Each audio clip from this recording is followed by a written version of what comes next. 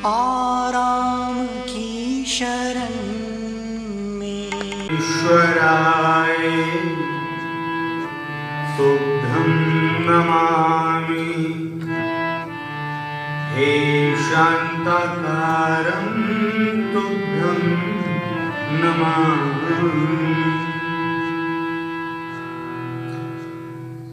हे ईश्वर, हे सर्वेश्वर, हे परमेश्वर,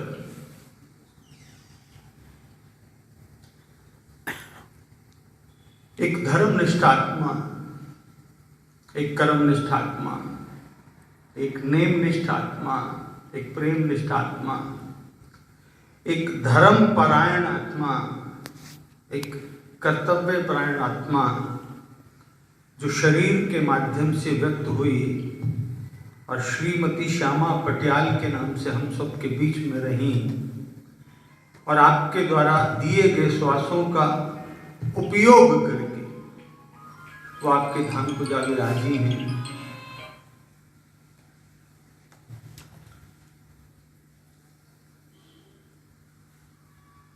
अक्सर हम लोग जब ऐसे सत्संग में जाते हैं तो पूछा जाता है कि किसका देहांत हुआ है, उसका नाम, उसके परिवार के बारे में।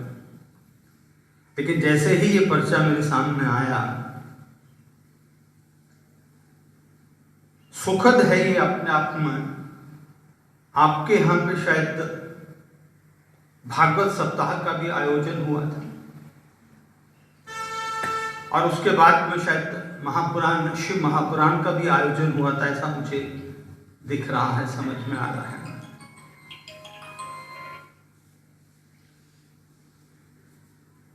मां चली गई, वो मां जिससे हमें जीवन मिला, नमिता कंवर के नाम से, और इला राठौर, 2 बच्चियां।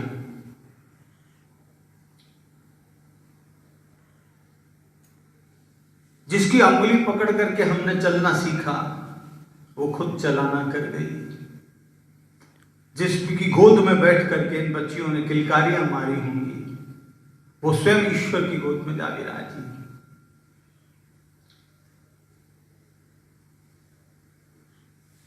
ऐसा मुझे बताया गया। जीवन पर्यंत वो भगवान पे आश्रित रही।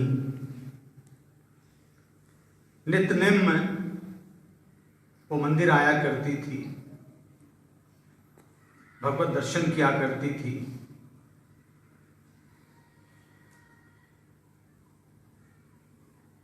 अक्सर जिक्र होता है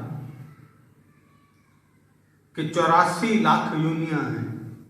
उन 84 लाख योनियों के बीच में ये नर देह, ये जो स्वरूप है, यानी कि 84 लाख किस्म की देह उपलब्ध रहती हैं, उसके बीच में नर देह अपने आप में बड़ी उत्तम है।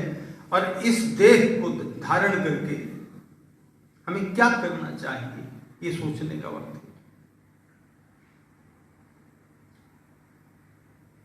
बड़े भाग्य मानुष तन पावा, सुर दुर्लभ सदग्रंथि गावा, साधन धाम मोक्ष करी द्वारा, पाई न जही परलोक समाना। मेरे भाई बहन, बड़ी उत्तम देह को धारण करने के बाद में वो कितनी उत्तम है, जो देवताओं को भी सुलभ नहीं है वो हमें उपलब्ध है। तभी गोस्वामी जी ने बात कही ना, बड़े भाग्य मानुष तन पावा सुर दुर्लभ, जो देवताओं को भी दुर्लभ है वो हमें सुलभ है। और क्या ताकत है इस शरीर के बीच में, बड़ी सीधी सी बात कहते हैं। बड़े भाग्य मानुष तन पावा, सुर दुर्लभ सदग्रंथिन गावा, साधन धम्म मोक्ष करी द्वार। माने मोक्ष के दरवाजे को खोलने के जितने भी साधन हो सकते हैं, उन साधनों को करने की क्षमता पूरी रूप से इस शरीर में विद्यमान है और किसी में नहीं। और सचेतते हुए बात कहते हैं, पाई न जही परलोक समाना।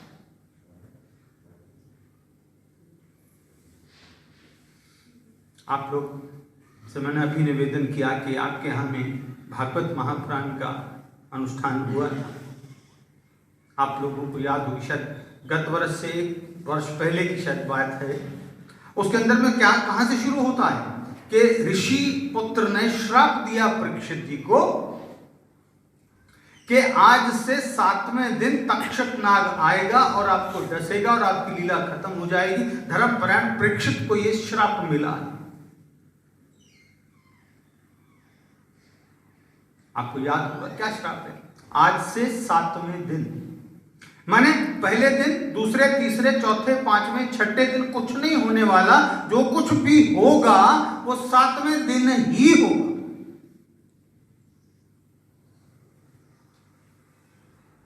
तुरंत परीक्षित जी ने जो निर्णय लिया है, वैसे आप देखें तो मौत के वो 7 दिन तो हैं, 7 दिन में किसी एक दिन में ही तो मौत आती है। तो परीक्षित जी ने क्या किया? तुरंत अपने आप को ऋषि आश्रित किया, सुखदेव जी की शरण में गए और कहा कि आप बताएं मेरे लिए क्या वो उपाय है जिससे मैं मुक्त हूं। समय मेरे पास 7 दिन का है। मैं ये समझता हूं वो जो श्राप 7 दिन का मिला, उस श्राप को उन्होंने कितने सुंदर तरीके से वरदान में बदल दिया। 7 दिन की जिंदगी उपलब्ध है, इस विश्वास के साथ में 7 दिन का एक अनुष्ठान उन्होंने किया और जीवन की दिव्यता को धारण करके वो मुक्त हो गए।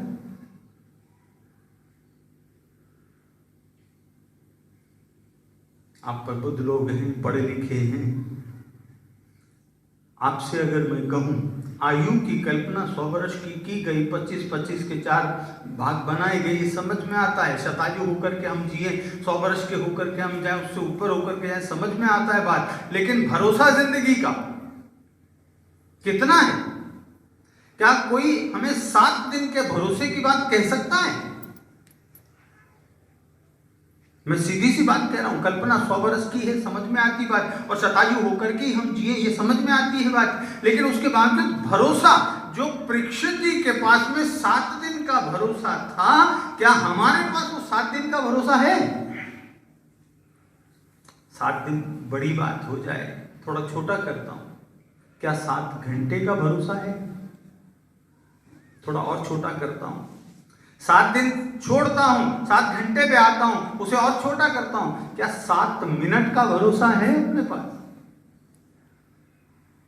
चलिए और छोटा कर देता हूं, 7 दिन भी छोड़े, 7 घंटे भी छोड़े, 7 मिनट भी छोड़े, 7 श्वास का भरोसा है क्या किसी के पास? मेरे भाई बहन, जो श्वास मेरे अंदर गया उसने मेरे प्राणों को संजीवनी दी और उसके बाद वो श्वास बाहर निकलते हुए मेरे प्राण भी साथ ले गया, कोई कह नहीं सकता। यही वो सोचने वाली बात है। जीवन चलता कैसे है? हाँ, वो 100 वर्ष तक चले, समझ में आती बात, लेकिन जीवन चलता है जब कोई अपना छोड़ करके चला जाता है।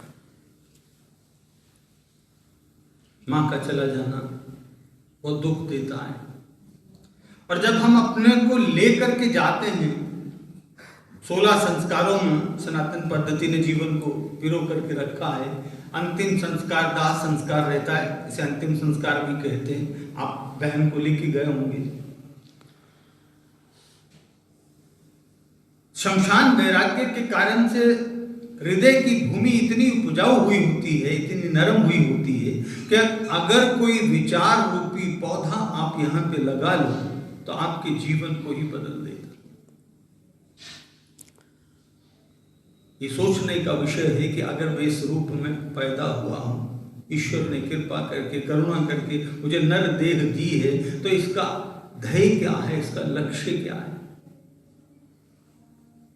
वेद मत के अनुसार 3 बिंदु हैं सिर्फ। एक, वो ईश्वर है स्वयं। दूसरा, उस ईश्वर के द्वारा रचा गया ये जगत है। और तीसरा बिंदु, उस ईश्वर के द्वारा उसके रचे हुए जगत में रच करके भेजा गया ये जीव है। इसके अलावा जितना मर्जी आप सोच लो, इसके बाहर आपको कुछ लुप्त नहीं होगा, कुछ प्राप्त नहीं। इसी जगत में हम रहे, ये नर देह भी जीव है और 84 लाख जो अलग प्रकार हैं वो भी जीव हैं, इसी संसार में तो रहते हैं। जगत में रहता हुआ जीव जब जगत की तरफ चलता है, जगत की तरफ चलना क्या कि मैं पैदा हुआ हूं, मैं बड़ा भी होऊंगा, फिर परिवार बनेगा, परिवार बढ़ेगा, परिवार की जिम्मेवारियां, और उसके लिए नौकरी करूंगा, व्यापार करूंगा, उन सब का निर्वहन करने के लिए जो भी यत्न प्रयत्न मैं करूंगा अपने लिए, अपने परिवार के लिए, अपने समाज के लिए, वो सारा का सारा जीव का जगत की तरफ चलना ही तो कहलाता है। यही तो जगत है। जीव जगत में रहता हुआ जब जगत की तरफ चलता है तो संसार होता है, और वही जीव जगत में रहता हुआ जगदीश की तरफ चलता है तभी बेड़ा पार होता है। और बेड़ा पार करने के लिए सिर्फ और सिर्फ यही देह काम कर सकती है, क्योंकि कर्म श्रेणी यहीं पर उपलब्ध है, बाकियां तो भोग योनि। अब जीवन को देखें कैसा रहता है। जीवन के मुख्य पड़ाव 3 ही तो होते हैं। पैदा हुआ तो शिशु काल है, बड़ा हुआ तो यौवन काल है, उसके बाद में बुढ़ापा, बुढ़ापे के बाद में तो चलाना ही होता है, और तो कुछ नहीं होता। ये 5 महाभूत से बना हुआ शरीर, इसके बीच में वो आत्म तत्व आकर के बैठा है, जिसके माध्यम से चलता है। तो मैं शरीर नहीं हूं, पर शरीर को मैं मान करके बैठा हूं। मेरा ये जो देह अभिमान है, यही अगर मिट जावे तो यही मुझे पार उतार सकता है। मैं अक्सर बात सोचता हूं और विचार करता हूं कि मैं पैदा हुआ, मैं बड़ा हुआ, मैं बूढ़ा हुआ और मैं मर गया। यही है स्थिति। मैं पैदा हुआ, मैं बड़ा हुआ, मैं बूढ़ा हुआ, मैं मर गया। अगर मैं जीते जी मर जाता तो मैं तर जाता, माने मेरे मैं खत्म हो जाती। जो मैं से परे हो गया वो ईश्वर से रत हो जाता। फिर दूसरे शब्दों में बात को आप समझें कि बचपन में बताया कि ये धराधाम ही सत्य है। बच्चा पैदा हुआ, बड़ा हुआ थोड़ा सा, तो हम क्या बताते हैं उसको? रंग रूप और इसकी बातें बताते हैं। पहाड़ है, नदियां हैं, ये है, सारी धराधाम की बातें ही तो समझाते हैं उसको। तो बचपन में बताया कि ये धराधाम ही सत्य है। हुए जवान तो बताया अर्थ और काम ही सत्य है। जवान जब हो जाते तो क्या सोचते हैं? यही सोचते हैं ना, अच्छा पढ़ लिख जाए, अच्छी नौकरी लग जाए, या अच्छा व्यापार जम जाए, या अच्छे पैसे की इनकम बन जाए, या अच्छा वर मिल जाए, अच्छी बहू मिल जाए, अच्छा परिवार बन जाए, अच्छा मकान बन जाए। तो ये अर्थ और काम ही तो है। बचपन में बताया कि ये धराधाम ही सत्य है। हुए जवान तो हमें बताया अर्थ और काम ही सत्य है। उड़ चला पंछी जब इस पिंजरे थे, उड़ चला पंछी जब इस पिंजरे थे, तब सबने गाया राम नाम ही सत्य है। मेरे भाई बहन, सत्य जानने के लिए ही ये जीवन मिला है, और जीते जी जिसे सत्य की समझ में आ गई। शास्त्र कहते हैं अस्तो मां सद्गम्य, हे प्रभु इस शरीर के माध्यम से मेरी यात्रा असत्य से सत्य की ओर हो। ये लक्ष्य है शरीर का। बाकी जो भी आप कर रहे हैं, पैदा हुए हैं, बड़े हुए हैं, उसके साथ में परिवार बना, वो सब आपको करना ही है, के साथ जुड़े हुए काम है। लेकिन इसी को अगर मैं ईश्वर के द्वारा निर्देशित ये परिवार जो मुझे मिला है उसकी सेवा, उसे आप ईश्वर समझ करके जब उसकी सेवा में रत रहते हो, छोटा बच्चा घर में पहुंचा है, आप उसे ठाकुर मान करके उसकी सेवा करते हो, छोटी बच्ची घर में पहुंची है, उसे भगवती मान करके उसकी सेवा करते हो, माता पिता को ईश्वर मान करके आप उनकी सेवा करते हो, तो आप अपनी मैं से परे हट करके सारे जगत में जगदीश का स्वरूप देखते हो, उसके सेवक बन जाते हो, अंत में आप पार उतरते हो। अस्तो मां सद्गम्य, हे प्रभु इस शरीर के माध्यम से मेरी यात्रा असत्य से सत्य की ओर हो। तमसो मां ज्योतिर्गम्य, हे प्रभु मेरी इस शरीर के माध्यम से अंधकार से प्रकाश की ओर यात्रा। सत्य, जिसे सत्य प्राप्त होता है उसे ही प्रकाश मिलता, क्योंकि सत्य ही तो उजाला है, सत्य ही तो ज्ञान है, ज्ञान ही तो प्रकाशमय होता है। जिसके जीवन में सत्य आ गया उसके जीवन में प्रकाश अपने आप आ जाता है। और तीसरी बात शास्त्र क्या समझाते हैं? अस्तो मां सद्गम्य, तमसो मां ज्योतिर्गम्य, मृत्युर्माम अमृतम गम्य। हे प्रभु इस शरीर से मृत्यु से अमरता की ओर मेरी यात्रा हो। और अमरता मेरे भाई बहन क्या है आप सब जानते हैं। जो मौत के भय से मुक्त हो गया और ईश्वर से युक्त हो गया, वही तो मोक्ष को प्राप्त करता है। वही ये बात कह सकता है, जिस मरने ते जग डरे मेरे मन आनंद, मरने ते ही पाइए पूर्ण परमानंद। नमिता और ईला दोनों बच्चियों के लिए माता जी अब गई तो पिताजी 4 वर्ष पहले जा चुके। माँ के लिए मैं क्या शब्दों का उपयोग करूं, मुझे खुद को समझ नहीं आता है। शास्त्र भी कहते हैं तमेव माता पिता तमेव, एक अर्थ में कि हे प्रभु तुम ही माता पिता हो, या दूसरे शब्दों में ऐसा भी कह सकते हैं कि प्रभु मेरे घर में माँ के रूप में आप ही तो हो, मेरे घर में पिता के रूप में आप ही तो हो। प्रातःकाल उठ के रघुनाथा फिर लिखा मात पिता दुर्नाम है माता। माता की तो जितनी महिमा गाएं उतनी कम है। मां बच्चे को जन्म देती, जन्म के बाद में जीवन भी मां ही देती। बच्चा पैदा होता है, अक्सर आप लोगों ने सुना होगा 2-3 बातें ही कही जाती। पहली क्या बात रहती है, बधाई हो कि लक्ष्मी आई, या बधाई हो पुत्र आया। दूसरी लाइन क्या कही जाती, जच्चा और बच्चा दोनों ठीक है। ज्यादा से ज्यादा अगर तीसरी बात अगर कही जाती तो ये होती है कि बच्चा स्वस्थ है और वो 3 किलो का है या 4 किलो का, उसका वजन बताया जाता है। और जब उस लाइन को मैं सुनता हूं, मैं तभी सोचा और उसके ऊपर चिंतन किया कि जब मैं पैदा हुआ मैं भी उसी तरह से 2 किलो 3 किलो 4 किलो का एक मांस का लोथड़ा भर ही तो था, जिसके 2 पैर लगे थे, 2 हाथ थे, आंखें थे, नाक थे, कान थे, नर देह की आकृति बनी हुई थी। और वो मांस का लोथड़ा अपने आप में जीवन तो है लेकिन निर्जीव जैसा है, ना हाथ उठा सकता है, ना पांव उठा सकता है, सिर्फ और सिर्फ रो सकता है, करवट तक भी वो बदल नहीं सकता है। इस स्थिति के अंदर में वो मां अपनी छाती से भींच करके दूध के माध्यम से सींचना शुरू करती। बच्चा थोड़ा और बड़ा होता है,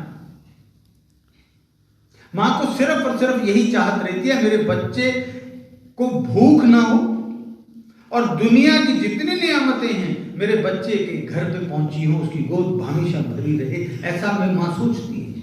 भूख तो मां को बर्दाश्त होती नहीं है बच्चे की। आपने अक्सर देखा होगा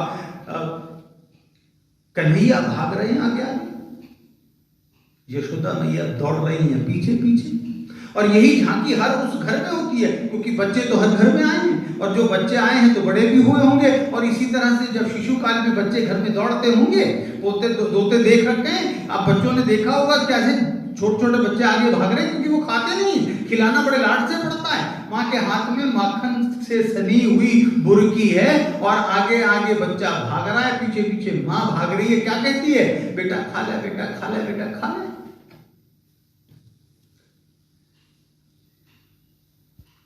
उसी बच्चे को आपने सुना होगा, ये अक्सर सुना होगा, माँ खुद को गीले में सुलाती है, बच्चे को सूखे में सुलाती है। उन बातों को ध्यान में रखते हुए मैं ये कहना चाहता हूं कि उस बच्चे को जब नींद नहीं आती है तो अपनी गोदी में रख करके थपथपाते हुए प्यार से उसको लोरियां सुनाते सुनाते उसे सुला देती है। और आप समझें, लोरियां सुनाते सुनाते, लोरियां सुनाते सुनाते संस्कार से भर देती है। वो माँ पाल पोस करके हमें इतना बड़ा कर देती है कि हम इस दुनिया के थपेड़ों को सह सकें।